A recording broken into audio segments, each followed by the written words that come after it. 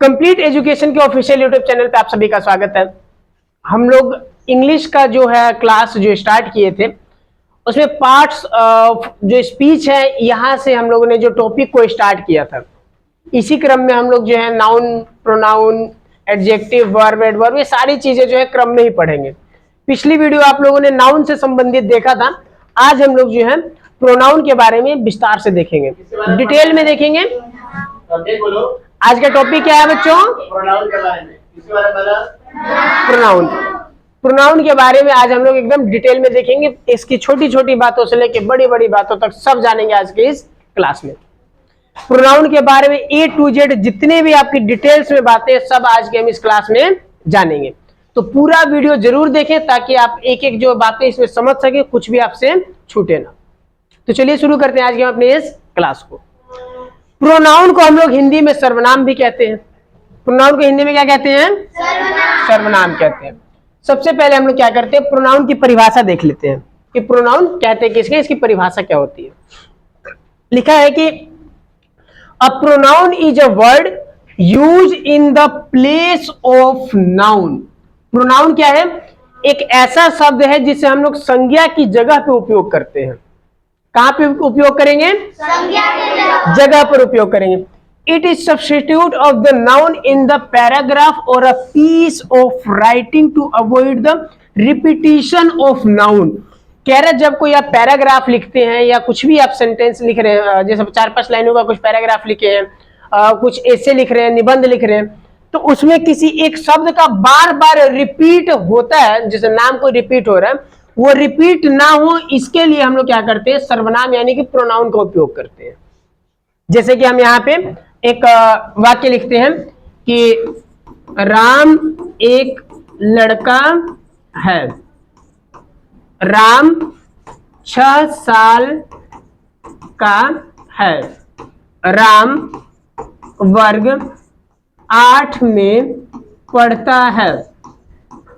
अब यहाँ पे आप लोग देखिएगा हम बार बार जो है राम राम राम लिख रहे हैं, लेकिन हम इन पहले लाइन में लिखे हैं कि राम एक लड़का है, इसके बाद जो नीचे की 2 लाइनें हैं यहाँ पे अगर हम वह लिख रहे हैं तब भी आपको समझ में आ रहा है कि राम एक लड़का है, राम ही 6 साल का है, राम ही 8वीं क्लास में पढ़ रहा है। कहे से कि हम लोग क्या किए, यहाँ पे राम की जगह पे एक शब्द लिखे जो क्या है, वह। राम की जगह पे वह लिखे है ना, तो ये जो वह शब्द है ये क्या है, सर्वनाम है। इंग्लिश में यदि हम लिखें कि Ram is a boy, Ram is 6 years old, Ram read in class 8। अब यहाँ पे बार बार राम नाम लिखने से अच्छा हम लोग क्या करेंगे, राम की एक बार तो राम लिख देंगे, उसके बाद हम राम की जगह क्या लिख देंगे, यहाँ पे आपका ही। राम की जगह क्या लिख देंगे, ही। तो ये जो ही वर्ड है, ही प्रोनाउन है जो क्या करता है, नाउन के बार बार रिपीट होने को रोकता है। बार बार कोई नाम रिपीट ना हो उसके लिए हम लोग क्या करते हैं, प्रोनाउन का उपयोग करते हैं। यही ये परिभाषा कह रहा है। इसमें सेकंड जो लाइन है परिभाषा की, उसकी हम लोग देखते हैं। यहाँ पे लिखा है कि pronoun can be use in singular and plural form. जो प्रोनाउन है उसको हम लोग एक वचन में भी उपयोग कर सकते हैं और बहुवचन में भी उपयोग कर सकते हैं। एक वचन बहुवचन सबको पता है। एक वचन क्या होता है, एक वचन क्या होता है, जिन शब्दों से हमें पता चलता है कि संख्या जो है ना एक ही है। संख्या की कितनी है, एक है, उसे एक वचन। सिंगुलर यानी कि जिसमें एक अकेला है।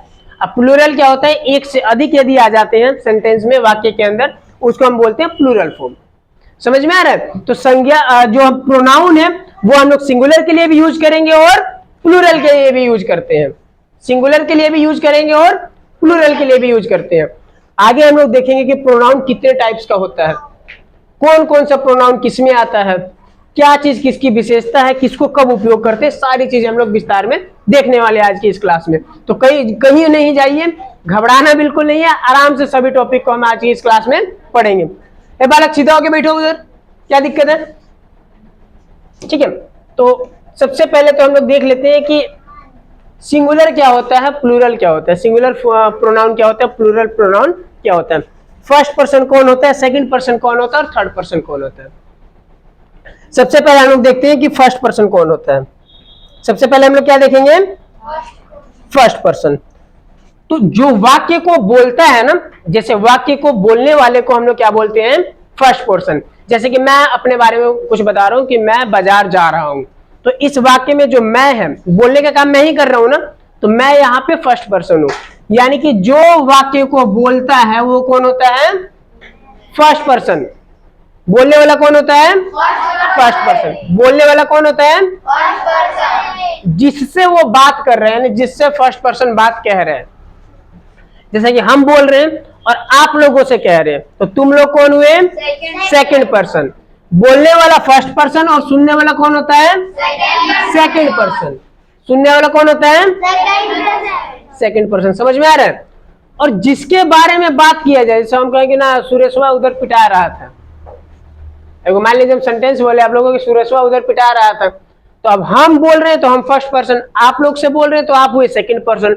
अब सुरेश के बारे में बात करें कि सुरेश पिटा रहा था, तो सुरेश क्या हो जाएगा यहाँ पे, थर्ड पर्सन। समझ में आ रहा है। बोलने वाला फर्स्ट पर्सन, बोलने वाला जिससे बात कह रहे हैं, जिसके बारे में कह रहे हैं। समझ में आ रहा है, ठीक है। अब ध्यान दीजिएगा, इसमें सिंगुलर क्या है और प्लूरल क्या है, इसको समझ लेते हैं कि सिंगुलर प्रोनाउन क्या है, प्लूरल प्रोनाउन क्या है। जब हम किसी बात को कह रहे हैं, यानी कि फर्स्ट पर्सन जब किसी बात को कह रहा है और अकेले कह रहे हैं, यानी कि हम अकेले बोल रहे हैं ना अभी, तो फर्स्ट पर्सन हम अकेले हैं, यानी कि अपने लिए हम किस शब्द का उपयोग करेंगे, मैं का उपयोग करेंगे कि मैं बोल रहा हूं। बात को समझिए, अगर हम अकेले बोले तो ही नहीं कहेंगे कि मैं बोल रहा हूं।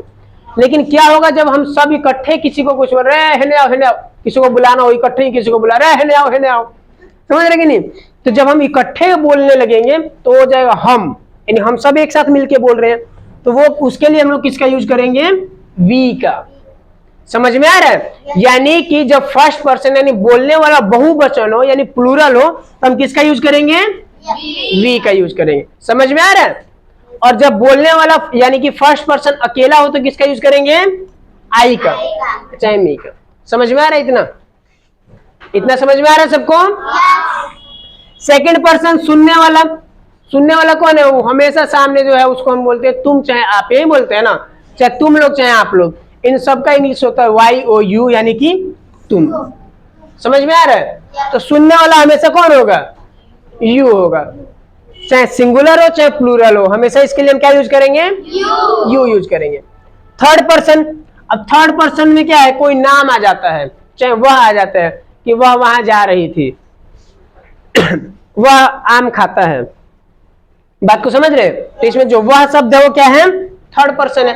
कहां से, देखिए बोल हम रहे हैं और आपसे बोल रहे हैं, अब बात उसकी कर रहे हैं, तो जो थर्ड पर्सन है यानी जिसके बारे में बात कर रहे हैं ना थर्ड पर्सन, उसके लिए हम उपयोग किए हैं वह शब्द का। वह शब्द तो उसके लिए उपयोग किया ना, वो किसमें आ जाएगा, थर्ड पर्सन में। समझ में आ रहा है। जब वो अकेला है तो उसके लिए हम बोलेंगे वह, लेकिन वो बहुत सारे लोग हैं एक साथ, तो हम उनके लिए क्या बोलेंगे, वे लोग। वे बोलेंगे चाहे वे लोग बोलेंगे, उसको हम लोग इंग्लिश में दे यूज करेंगे, चाहे देम यूज करेंगे, चाहे देयर यूज करेंगे। तो इन सब शब्दों से हम लोग जो है इन सभी वर्ड का हम लोग यूज करते हैं फर्स्ट पर्सन के लिए, सेकंड पर्सन के लिए और थर्ड पर्सन के लिए, सिंगुलर केस में और प्लूरल केस में। कोई दिक्कत है यहाँ पे किसी को? आगे चला जाए। आगे हम लोग देखेंगे कि प्रोनाउन के कितने टाइप होते हैं, यानी कि जो प्रोनाउन होता है ये कितने प्रकार का होता है। कितने प्रकार का होता है प्रोनाउन आपका? 9 प्रकार का है। कितने प्रकार का है? 9 प्रकार का है। सबसे पहले आपका पोजेसिव प्रोनाउन, दूसरा है आपका पर्सनल प्रोनाउन, तीसरा आपका रिलेटिव प्रोनाउन, चौथा है रिफ्लेक्सिव प्रोनाउन, पांचवा है इंडेफिनिट प्रोनाउन, छठा है डेमोन्स्ट्रेटिव प्रोनाउन, सातवां है इंटेरोगेटिव प्रोनाउन, आठवां है इंटेंसिव प्रोनाउन और 9 नंबर क्या है? Reciprocal pronoun. अब हम सभी प्रोनाउन को एक एक करके डिटेल में पढ़ेंगे कि कौन क्या है, इसका क्या यूज है, किस तरीके से हम लोग यूज करते हैं। तो सबसे पहले हम लोग शुरू करते हैं किससे? सबसे पहले कौन सा पढ़ेंगे हम लोग? Possessive pronoun. सबसे पहले कौन सा है? Possessive pronoun. कौन सा प्रोनाउन है सबसे पहला? Possessive pronoun. पोसेसिव प्रोनाउन क्या होता है? पोजेसिव का मतलब होता है अधिकार। पोजेसिव का मतलब क्या होता है? अधिकार। पोसेसिव का मतलब क्या होता है? अब आगे इसकी परिभाषा को ध्यान से देखिए, डेफिनेशन क्या है। Possessive pronoun are pronoun that are use to show possession, यानी कि ऐसे सर्वनाम जिनका उपयोग करेंगे हम अपना अधिकार दिखाने के लिए। किसके लिए? अधिकार दिखाने के लिए। ठीक है, जैसे कि कुछ एग्जांपल्स दिए हुए हैं, जैसे कि हम माइन शब्द का उपयोग करते हैं इसके लिए, चाहे योर्स का करते हैं, हिज का करते हैं, हर का करते हैं, देयर का करते हैं, इट्स का करते हैं। ये सब वो शब्दों का उपयोग करते हैं, वर्ड का उपयोग करते हैं हम लोग अपना अधिकार दिखाने के लिए। किस प्रकार उपयोग करते हैं वो देखिए आप अगले पेज पे। जैसे कि इसमें एग्जाम्पल लिखा हुआ, सबसे पहला एग्जाम्पल है, ध्यान से देखिएगा सभी लोग, अभी पूछेंगे दोबारा खड़े करके इधर से। पहला है whose purse is this, it is hers. कह रहे कि ये जो पर्स है ये किसका है, और फिर उसके बाद अगला जो इसमें सेंटेंस लिखा है इट इज हर्स, यह उसका है। तो इसमें पर्स के ऊपर अधिकार किसका बता रहा है? उसका। अधिकार किसका बता रहा है? उसका। अधिकार दिख रहा है ना यहाँ पे, तो अधिकार जताने के लिए यहाँ पे किस शब्द का उपयोग किया हम लोग? हर्ष का। किसका यूज किए हैं? हर्ष का। अधिकार दिखा रहा है कि नहीं दिखा रहा है कि पर्स पे किसका अधिकार है? हर का। आर दोज ग्लोव्स हर, क्या ये ग्लव्स जो हैं उसके हैं? यहाँ पे फिर से अधिकार दिखाने के लिए किसका यूज किया है? हर्ष का। दिस पेन इज माइन, यह कलम जो है वो मेरा है। यह कलम किसका है? तो इसमें हम अपना हक दिखा रहे हैं ना। अपना हक दिखाने के लिए हम यहाँ पे किस शब्द का यूज किए हैं? माइन का। यानी कि सर्वनाम के ऐसे शब्द जो अपना हक जमाने के लिए, अधिकार दिखाने के लिए उपयोग करते हैं, उसको हम क्या बोलेंगे? Possessive pronoun. क्या बोलेंगे उसको? समझ में आ रहा है? अपना अधिकार दिखाने के लिए, किसी वस्तु पे या किसी भी चीज पे अपना अधिकार दिखाने के लिए, चाहे किसी और का अधिकार दिखाने के लिए हम जिन शब्दों का उपयोग करेंगे उन्हें हम क्या बोलेंगे? बोल नहीं रहे आप लोग? क्या बोलेंगे? Possessive pronoun. इसमें देखिए हम हर का यूज किए हैं, यहाँ पे माइन का यूज किए हैं, यहाँ पे योर्स का यूज किए हैं, यहाँ पे आवर्स का यूज किए हैं, यहाँ पे क्या यूज किए हैं? हिज का यूज किए हैं, यहाँ पे क्या है? इट्स का यूज किए हैं, यहाँ पे देयर्स का यूज किए हैं, यहाँ योर्स का है, यहाँ देयर्स का। ये सभी वर्ड ही किसके हैं? पोजेसिव प्रोनाउन के। कह सकते इन सबका ही उपयोग किस लिए किया गया है? अधिकार दिखाने के लिए। किसके लिए? समझ में आ रहा है? पोजेसिव प्रोनाउन प्रोनाउन के ऐसे वर्ड हैं जिसका यूज हम किस लिए करेंगे? चाहे अपना चाहे किसी और का। समझ में आ रहा है? आगे चला जाए। सबको समझ में आ रहा है? पक्की बात है? इसके बाद है पर्सनल प्रोनाउन। प्रोनाउन का दूसरा प्रकार क्या है?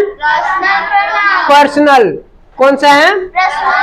अब देखिए पर्सनल प्रोनाउन क्या होता है? Personal pronoun are simple pronoun that are use to substitute the proper name. किसके लिए यूज करेंगे? प्रॉपर कोई नाम लिखा है, उस नाम को हटा के जिन शब्दों का हम उपयोग करेंगे उसे हम लोग क्या बोलेंगे? Proper pronoun. क्या होगा वो? Proper pronoun. देखिए नाम से या पर्सनल, नाम में ही लिखा है यहाँ पे पर्सनल। पर्सनल क्या होता है कि अपना खुद का, यानी कि किसी सेंटेंस के अंदर कोई नाम लिखा है, उस नाम को हम हटाएंगे और उसकी जगह पे हम जो शब्द को रखेंगे उसको हम क्या बोलेंगे? Personal pronoun. क्या बोलेंगे? ठीक है, जैसे कि हम कुछ एग्जांपल्स यहाँ पे दिखाते हैं। आई है, यू है, ही है, शी है, वी है, दे है, हिम है, हर है, ही दोबारा आ गया यहाँ पे, ही और शी।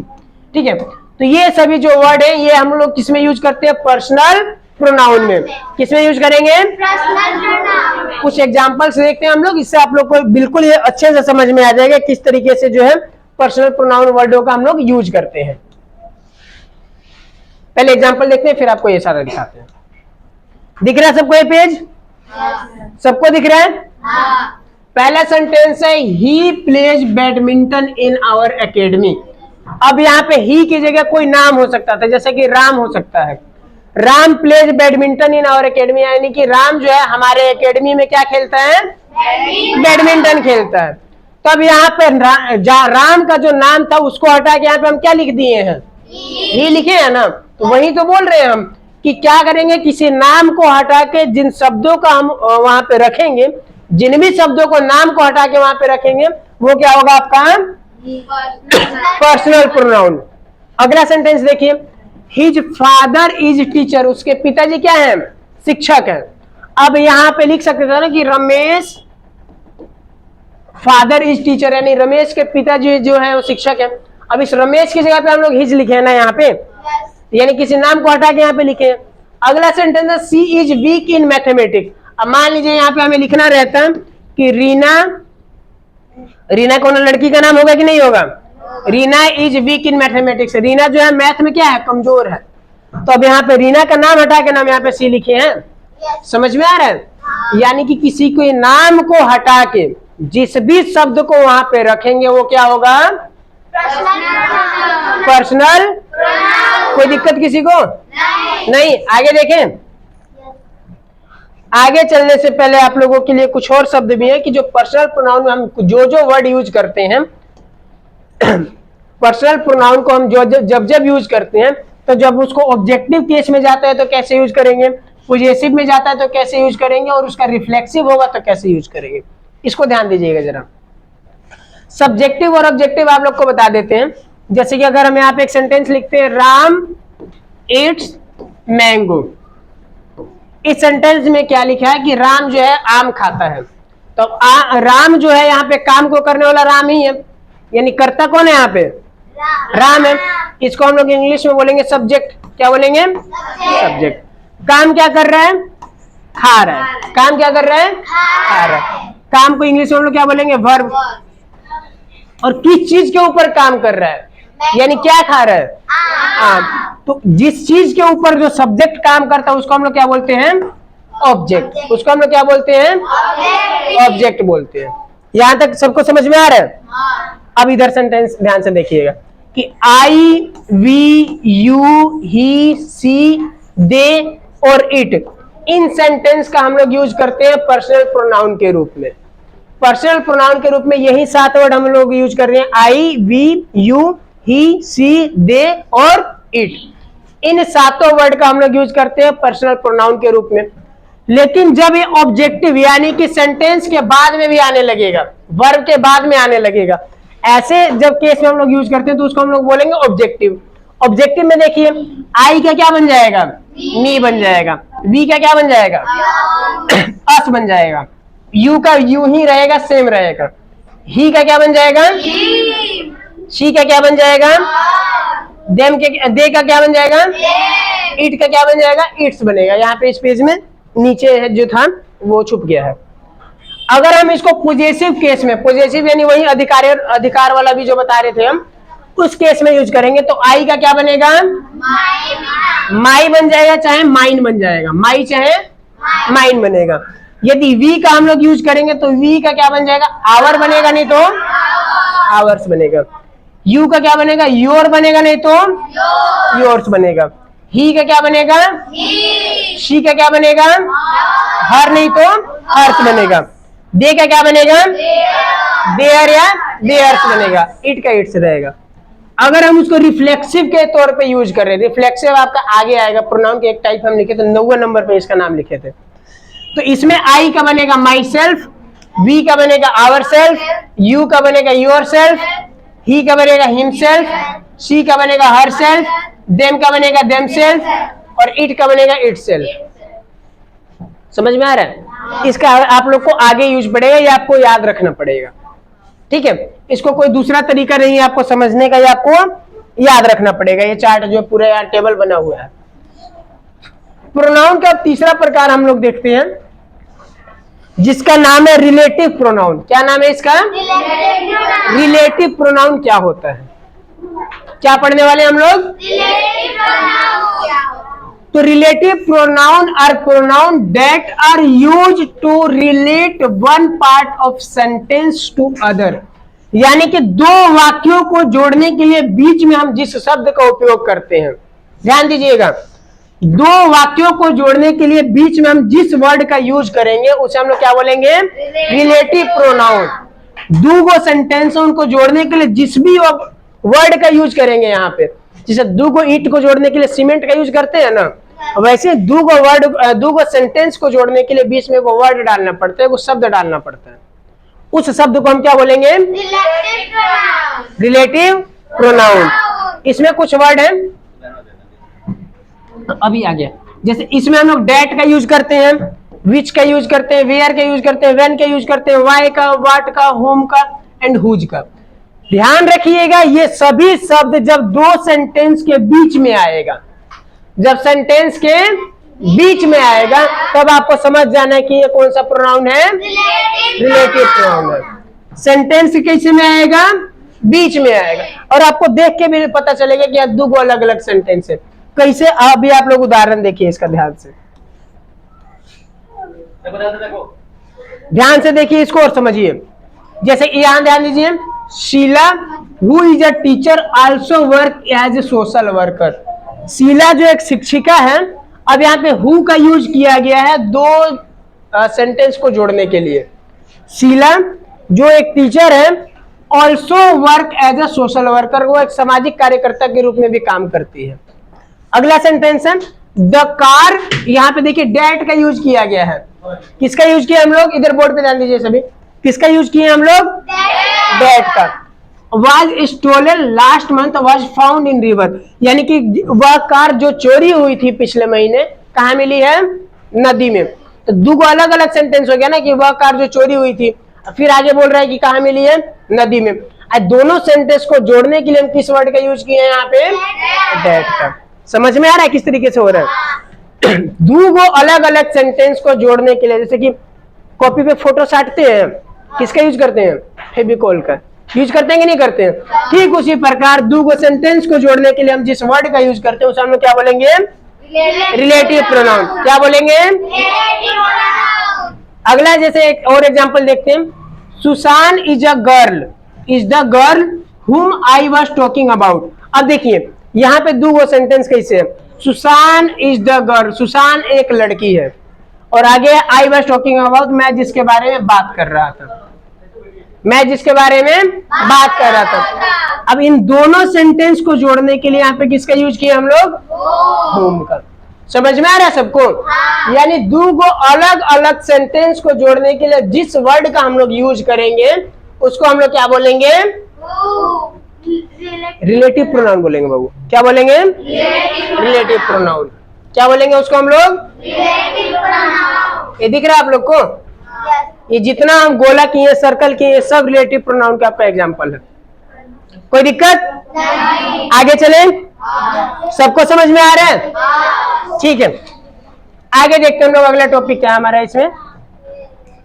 अगला है रिफ्लेक्सिव प्रोनाउन। क्या नाम है? Relative pronoun. बहुत ज्यादा इंपॉर्टेंट है, बहुत ज्यादा इंपॉर्टेंट प्रोनाउन है।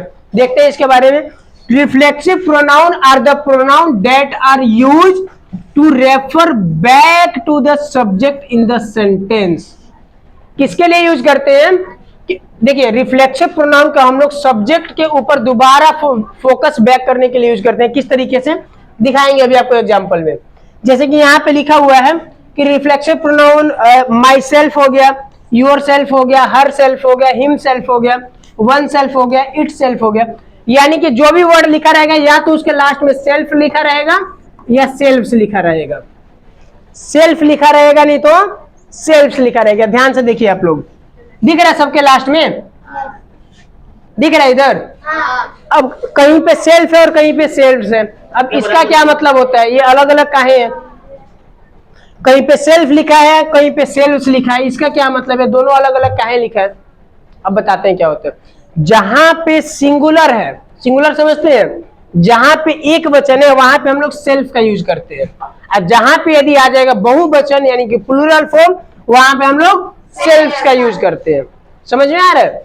इसका एग्जांपल देखते हैं, आप लोग को आसानी से क्लियर होगा कि किस तरीके से जो है होता है। इसका एग्जांपल देखिए आप लोग। आई saw myself in the mirror. अब देखिए, इसमें सब्जेक्ट के ऊपर ही रिफ्लेक्ट कराया गया है। किस तरीके से? आई सॉ, मैंने देखा, माई सेल्फ यानी खुद को, कहां पे? मिरर में। यानी कि शीशे में मैंने खुद को ही देखा है। शीशे में किसको देखा है? खुद को ही देखा है। ऐसा कौन कह रहा है? कर्ता कह रहा है यहाँ पे कि I saw myself in the mirror. अगला सेंटेंस है we are preparing the dinner for our self. कह रहा है कि हम लोग रात का जो भोजन बना रहे हैं किसके लिए बना रहे हैं? अपने लिए ही बना रहे हैं। किसके लिए बना रहे हैं? अपने लिए। दोबारा से सब्जेक्ट के ऊपर रिफ्लेक्ट कर रहा है कि नहीं कर रहा है? कर रहा है कि नहीं कर रहा है? अगला सेंटेंस देखिए, they made the decoration themselves. कह रहा है कि जो सजावट है उन लोगों ने खुद से किया है। फिर से देखिए इसी के ऊपर रिफ्लेक्ट कर रहा है कि उन्होंने खुद ही किया है, उन्होंने खुद ही किया।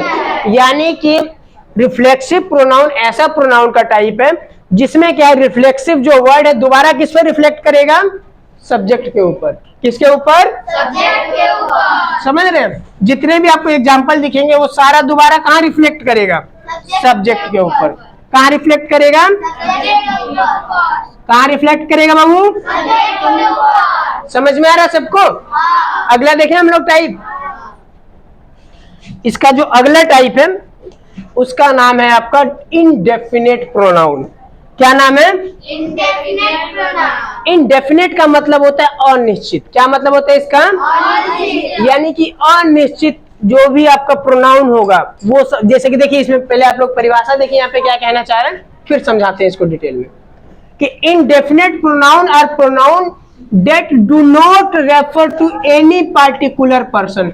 जो किसी निश्चित व्यक्ति की तरफ इशारा नहीं करेगा, ना किसी निश्चित प्लेस यानी किसी निश्चित जगह की तरफ भी इशारा नहीं करेगा, किसी निश्चित वस्तु की तरफ भी इशारा नहीं करेगा। यानी कि सब कुछ इसमें अनिश्चित है, कुछ भी निश्चित नहीं है। इसलिए इसका नाम क्या है? इनडेफिनेट, यानी कि अनिश्चित सर्वनाम। समझ रहे हैं? इसमें आगे लिखा है कि इस कुछ एग्जांपल्स लिखे हैं, जैसे कि समवन, यानी कोई इसको मार के चला गया। अब कोई मार के तो गया लेकिन ये थोड़ी पता चल रहा कौन मार के गया है, वह कहीं चला गया। अब कहाँ गया किसी को मालूम है? लेकिन ये जरूर पता चल रहा है कहीं ना कहीं गया है, और वो अनिश्चित है कि कहाँ गया। समझ में आ रहा है? समवेयर, कहीं चला गया। समथिंग, वह कुछ खा रहा है। जैसे मान लीजिए मुंह चला रहा है अपना, हम कहेंगे वो कुछ खा रहा है। अब हमको थोड़ी मालूम है क्या खा रहा है, लेकिन हाँ कुछ ना कुछ जरूर खा रहा है, लेकिन क्या खा रहा है ये अभी निश्चित नहीं है। तो ऐसे जब भी हम शब्द का उपयोग करेंगे वो क्या हो जाएगा आपका? अनिश्चित। अनिश्चित, यानी कि इनडेफिनेट प्रोनाउन। क्या होगा वो? Indefinite pronoun. समझ में आ रहा है सबको? Indefinite pronoun. इनडेफिनेट प्रोनाउन में हम लोग somewhere, something, anywhere, anything, anybody, nobody, ये जितने वर्ड्स लिखे इन सबका हम लोग यूज करते हैं। आप लोग इसको एक बार पढ़िए जरा। और पढ़े बालक?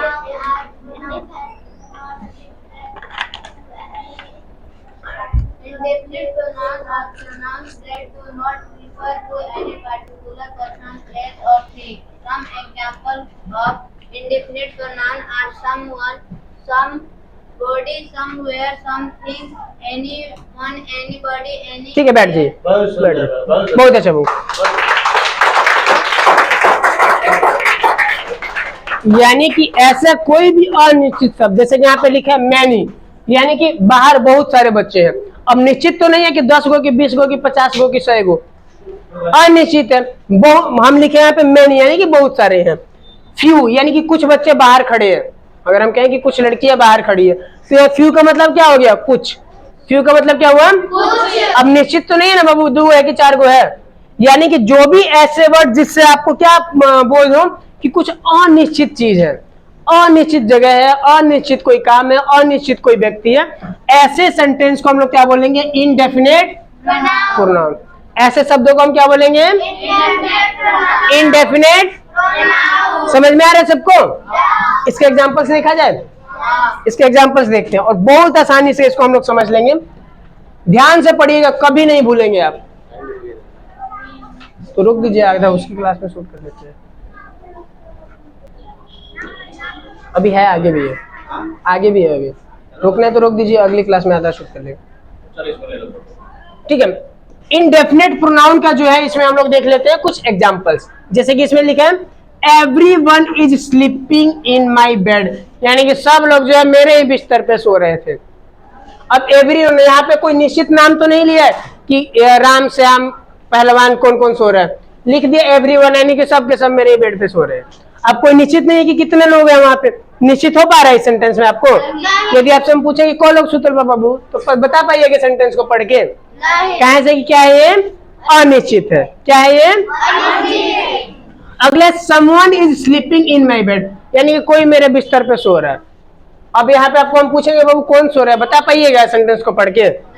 नहीं ना, क्या है कि यहाँ पे अनिश्चित है, व्यक्ति जो क्या है वो अनिश्चित है, आपको देख के पता नहीं चलेगा। अगला सेंटेंस है no one is sleeping in my bed. अब तीसरे सेंटेंस में पगला क्या कह रहा है कि मेरे बिस्तर पे अब कोई भी नहीं सोया हुआ है। समझ रहे? पहले क्या बोला कि सब के सब वही सोए हैं, फिर कह रहा है कि समवन यानी कुछ लोग सोए हैं, तीसरे में क्या कह रहा है कि नहीं कोई नहीं सोया है। अगला सेंटेंस है आई गेव एवरीथिंग टू सैली, मैंने अपना सब कुछ किसको दे दिया? सैली को। अब क्या दिया है कुछ पता चल रहा है आपको? नहीं पता चल रहा है। अगला सेंटेंस है he saw something in the garden, उसने बगीचे में कुछ देखा है। अब का देख लेबा बाबू? आम पाकल देख लेबा कि पतई झरत देख लेबा कि सांप देख लेबा, कुछ बुझा तबे नहीं समझ में आ रहा है। यानी यहाँ पे क्या अनिश्चित है, उसने कुछ देखा है और पता नहीं क्या देखा है। समझ में आ रहा है? There is nothing to it, खाने के लिए कुछ भी नहीं है, पता ही नहीं चल रहा है उसको खाना क्या चाह रहा है बाबू। पता चले कि ओकरा खाए के मन कर नॉन वेज मुर्गा चाहे अंडा मछली, और कहते कि ना खाई खातिर कुछ नहीं किया, पता चला दाल भात रखल हुआ पूरा। समझ में आ रहा है? अब आपको थोड़ी पता है कि उसको क्या चाहिए, यहाँ पे लिखा है नथिंग यानी कुछ भी नहीं है, अनिश्चित है यहाँ पे। I looked everywhere for my keys, मैंने अपने चाबियों के लिए हर तरफ देखा है। कहाँ कहाँ देखा है कुछ पता चल रहा है? यहाँ पे जिस भी सेंटेंस में आपको ये दिखे कि यहाँ पे जो है अनिश्चित कुछ पता चल रहा है, अनिश्चित यानी कौन सा आ जाएगा आपका ये? Indefinite pronoun. इंडेफिनेट, किसी को दिक्कत इसमें? रोक दीजिए, ये आ गया समझ सबको? इसके आगे देखते हैं हम लोग। इसका जो अगला टाइप है हमारा, उसका नाम है डेमोन्स्ट्रेटिव प्रोनाउन। कौन सा प्रोनाउन है? पहले इसकी हम लोग फिर से परिभाषा देखते हैं, फिर इसके बारे में डिटेल से आगे देखते हैं एग्जांपल्स के साथ। तो लिखा है demonstrative pronoun are pronoun that are used to point the specific object, यानी किसी निश्चित वस्तु की तरफ इशारा करने के लिए उपयोग करते हैं। जैसे कि यह कलम जो है मेरा है, वह जो डंडा है वो भी मेरा है, वह जो किताब है वो आपका है। तो किसी निश्चित वस्तु की तरफ हम अपने इंकित करने के लिए जो क्या कर रहे हैं, इन शब्दों का उपयोग करते हैं। इसमें हम लोग यूज करते हैं यह, वह, ये और वे। इंग्लिश में यह को लिखते हैं दिस, वह को क्या लिखते हैं? दैट, ये को लिखते हैं हम लोग दीज, और वे को लिखते हैं दोज। दिस और डेट ये दोनों सिंगुलर है यानी कि एक वचन है, और दीज और दोज क्या है? प्लूरल है यानी कि बहुवचन है। क्या है ये? बहुवचन है। तो इन चारों वर्ड का हम लोग यूज करते हैं डेमोन्स्ट्रेटिव प्रोनाउन के अंदर। एग्जांपल्स के साथ देखते हैं, आपको बड़ी आसानी से ये समझ में आएगा।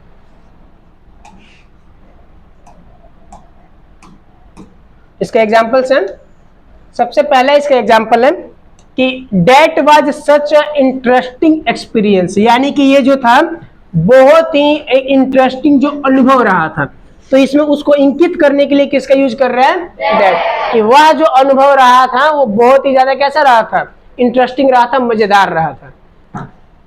आर दोज योर शूज, क्या वो तुम्हारे जूते हैं? तो जूतों की तरफ इशारा करके पूछ रहा है कि क्या वो जूते किसके हैं? तुम्हारे। तो उनकी तरफ यानी कि इंकित करना चाहता है आपका ध्यान कि किस तरफ जूते पड़े हैं, वहां पे। वो वाले जूते किसके हैं? आपके हैं। समझ में आ रहा है? तो किसका यूज किया यहाँ पे? दोज का। You will have to get your own pen, this is mine, तुम्हें जो है अपना कलम लेना पड़ेगा। यह कलम किसका है? मेरा। यह कलम किसका है? मेरा है। तो इसकी तरफ ध्यान इंकित कराने के लिए किसका यूज किया हम लोग? दिस का यूज किया। समझ में आ रहा है? There is no end to this, यहां पे हम लोग देयर का यूज किए हैं। नेदर नहीं, यहां पे हम लोग दिस का यूज किए हैं by mistake. Neither of them had seen it before. अगला है इज डेट योर्स, क्या यह तुम्हारा है? डेट का यूज किया, यानी कि दिस, डेट, दीज और दोज का हम लोग जब यूज करते हैं, ये किस में आएगा आपका? डेमोन्स्ट्रेटिव प्रोनाउन में। किस में आएगा? इसका हम लोग यूज कब करते हैं? जब किसी वस्तु की तरफ या किसी व्यक्ति की तरफ या किसी भी चीज की तरफ किसी का ध्यान इंकित कराना चाहते हैं। समझ में आ रहा है?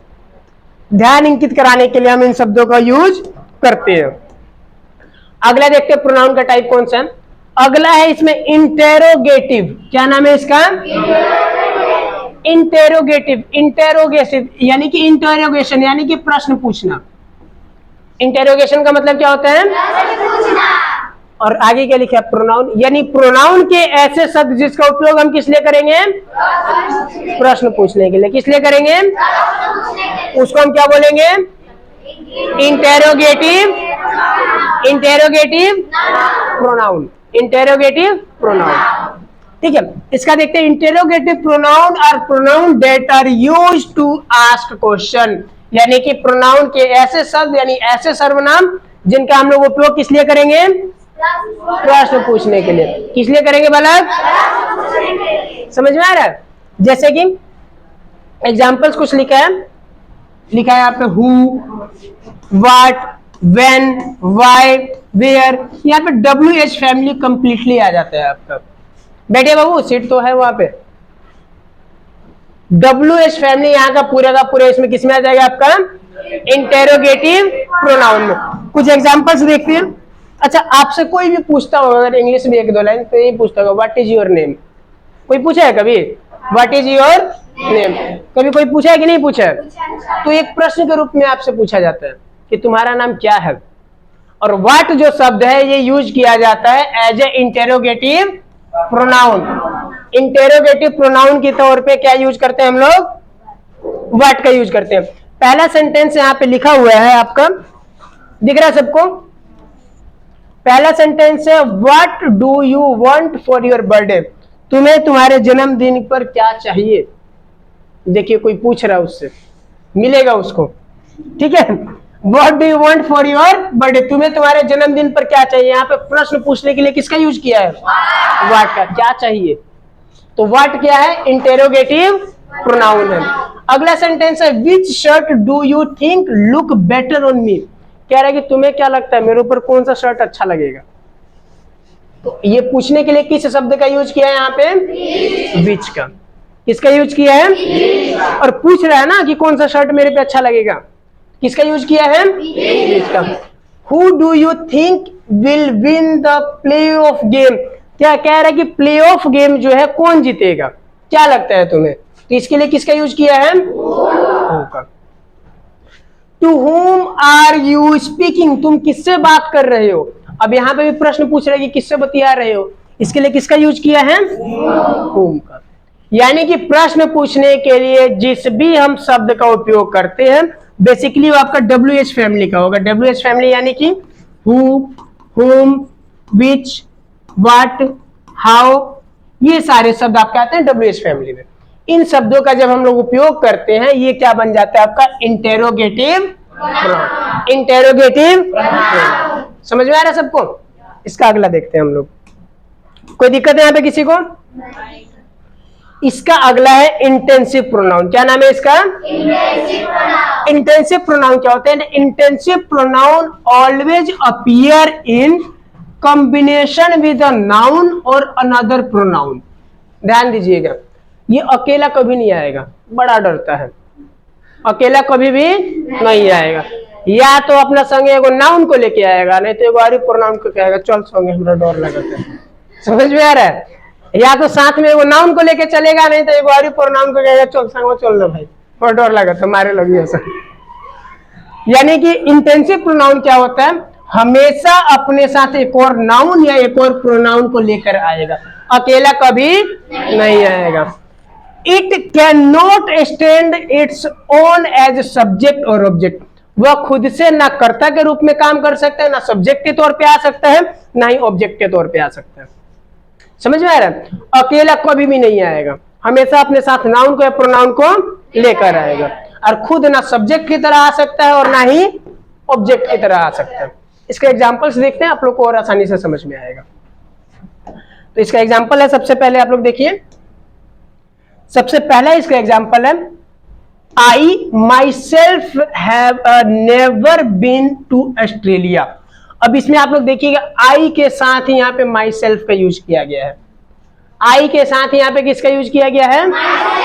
माई सेल्फ का। यानी कि एक और अपने साथ एक प्रोनाउन लेके आया है कि नहीं आया है? अगला सेंटेंस है why do not you ask the man himself. यहाँ पे यू भी है और यहाँ पे हिमसेल्फ भी है। अकेला आया है? नहीं आया है। माई सेल्फ आई, यहां पे देखिए दोनों इकट्ठे ही आ रहा है कि नहीं आ रहा है? तो यही बोले हम कि इंटेंसिव प्रोनाउन जो है कभी भी अकेला साथ में क्या है, एगो आवरी नाउन लेके चलेगा ना तो एगो प्रोनाउन लेके चलेगा, अकेला कहीं भी नहीं जाएगा। और ना ही इसको हम कभी सब्जेक्ट के तौर पे और ना ही ऑब्जेक्ट के तौर पे इसका उपयोग कर सकते हैं। कोई दिक्कत? आगे चले। इसका अगला जो टाइप है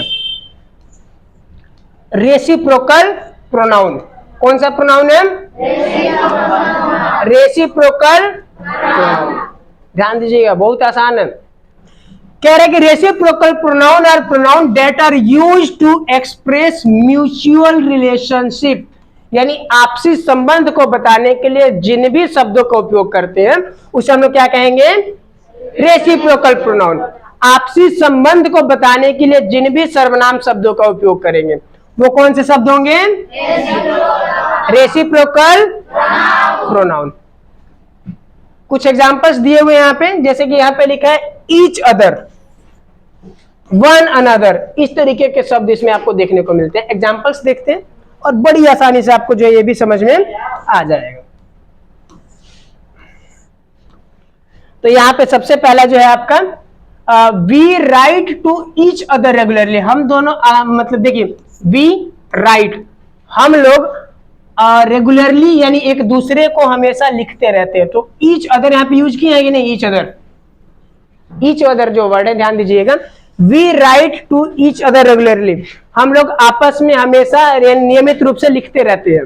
तो यहाँ पे ईच अदर का यूज किया गया है आपसी संबंध दिखाने के लिए। लिखते तो हैं लेकिन कौन? हम दोनों एक दूसरे को, हम दोनों एक दूसरे को। The players were fighting one another, जो खिलाड़ी थे आपस में लड़ने लगे थे एक दूसरे से। इसके लिए हम लोग किसका यूज किए हैं? वन अनदर के। किसका यूज किए हैं? अगला सेंटेंस है you need to learn get along one another, तुम्हें क्या सीखना चाहिए? Need to learn to get one another, यहाँ पे वन अनदर का हम लोग जो है यूज किए हुए हैं संबंध दिखाने के लिए। We give each other gift in exchange, यहाँ पे ईच अदर का उपयोग हम लोग किए कि we give each other gift, हमने जो है एक दूसरे को गिफ्ट दिया एक्सचेंज में, यानी कि वो पीढ़िया नहीं होता है जिसमें तू हमारा सला हम तारा सलेम करती है, नहीं सब लड़कियां सब ऐसे मेरौनी वगैरह बोलते हैं सब, चल हमरा से हम तो रस ले लेते नहीं, हम लोग डाल नहीं करते हैं सब। उसी तरीके से है कि we give each other gift in exchange, exchange में हमने एक दूसरे को क्या दिया है? गिफ्ट दिया है। दे लाइक ईच अदर, वे दोनों मतलब कि एक दूसरे को पसंद करते हैं। तो यहाँ पे म्यूचुअल संबंध दिखाने के लिए हम किसका यूज किए हैं? ईच अदर का। ईच। तो देखिए आज का जो आपका टॉपिक था प्रोनाउन वो होता है यहाँ पे समाप्त। आप लोग के लिए एक एक्सरसाइज है जो आप लोग बनाइएगा, घर पे बनाइए, कमेंट सेक्शन में जो है इसका आंसर आप लोग कमेंट कीजिए। कोई समस्या आ रहा है तो डिस्क्रिप्शन में हम अपने संस्थान का जो है यहाँ पे फुल डिटेल, नाम, मोबाइल नंबर, एड्रेस, हर चीज जो आपको डिस्क्रिप्शन बॉक्स में मिल जाएगा। आप इंग्लिश को, विज्ञान में आप चाहे फिजिक्स हो, केमिस्ट्री हो, बायोलॉजी हो, चाहे आप गणित भाषा है, चाहे आप 12th के लिए, चाहे आप आर्ट्स के लिए अगर आप कोई क्लास ढूंढ रहे हैं, तो इन सभी क्लासेस के लिए आपको सारी सुविधाएं जो है कंप्लीट संस्थान में आपको मिलेगी। तो अगर आप इन सभी भाषाओं को आसान भाषा में पढ़ना चाहते हैं, सभी विषयों को आसान भाषा में पढ़ना चाहते हैं, तो एक बार आप हमारे चैनल से जुड़कर देखिए, चाहे ऑफलाइन चाहे ऑनलाइन, किसी भी तरीके से एक बार हमसे जुड़कर देखिए, आपको मुड़कर देखना नहीं पड़ेगा। वीडियो देखने के लिए बहुत बहुत धन्यवाद।